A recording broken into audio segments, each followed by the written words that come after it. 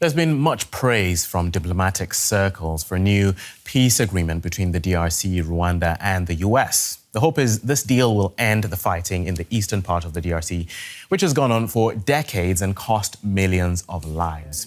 Now, the deal was signed in Washington, where President Donald Trump welcomed the foreign ministers from the two African countries.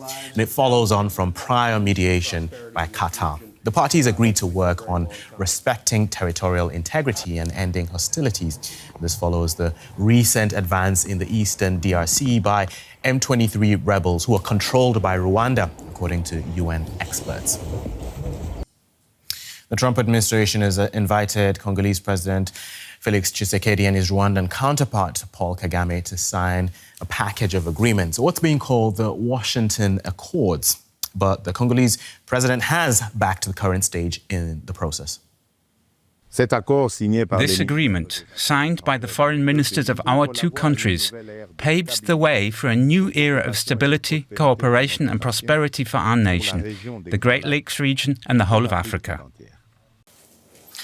Let's speak now to Mvemba Phezo Dizolele, non-resident fellow at the Center for Strategic and International Studies.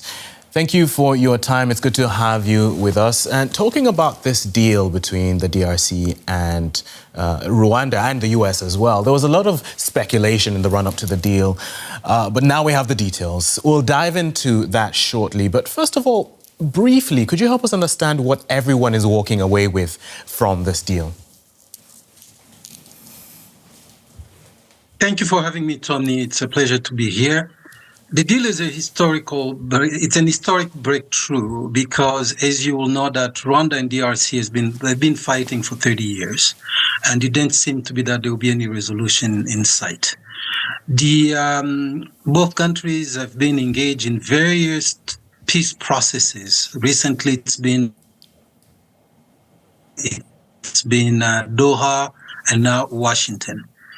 The key element of this is that finally a country that has leverage with both countries, meaning the United States has leverage with Rwanda and the DRC, finally got involved.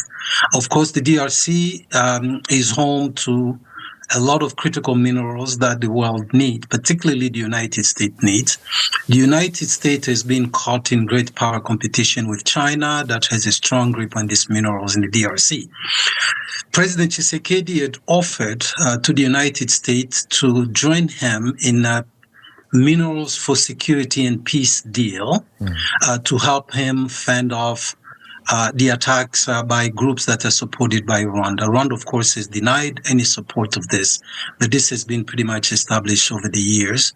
And so now, using that leverage, the United States brokered this peace deal, and now what they will do is that they've agreed to certain conditions. One, cessation hostility against each other, stopping supporting armed groups against each other, and building a big program of regional economic integration.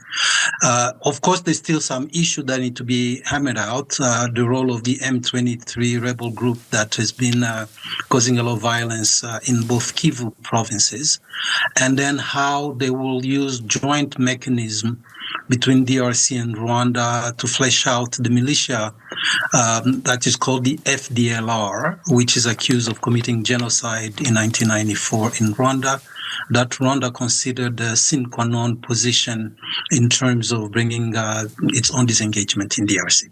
And as we watch those images from Washington, where we saw President Trump flanked by the foreign ministers of the DRC and Rwanda, but the two presidents, Tshisekedi of DRC and Kagame of Rwanda, were not present. Do you read any meaning into that?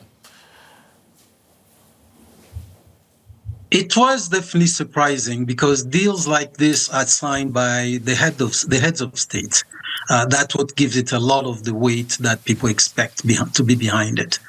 We are not clear exactly why the two presidents were not there at that time. We know that there is another signing ceremony that is planned for later in the month of July. We just started July. And I understand from some of my sources that part of the delay is that the DRC would like at least to have a commitment from the M23 before the deal is signed. There's certainly some other dynamics behind it, but it's definitely unusual when it comes to peace processes.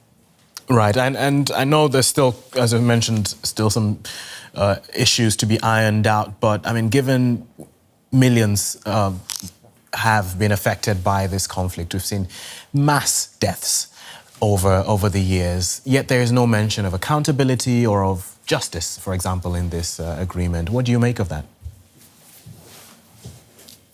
The devil is always in the details, and the devil is always in the implementation when it comes to peace treaties. There was definitely a big disconnect between the aspirations of the diplomats sitting in Washington, Kigali, or Kinshasa, and those of the populations at large. The populations of the Kivus, both north and south, and other adjoining provinces, have been clamoring for justice and peace. And we know that unless justice and peace are addressed in one form or another, this deal will not hold. There are grievances on Rwanda's side that need to be addressed. The issues of refugees that need to be returned home. There are issues of citizenships of certain communities. But there are also issues of violence that are taking place. People are being killed, and there's just no way to have this. You have sexual violence. You have death coming to this, as you mentioned, Tony. There's no way this peace deal will hold if the issues of justice, reparations, and other issues are not addressed. So we are still waiting to see where those issues will come to play. But there's no bypassing them. Okay.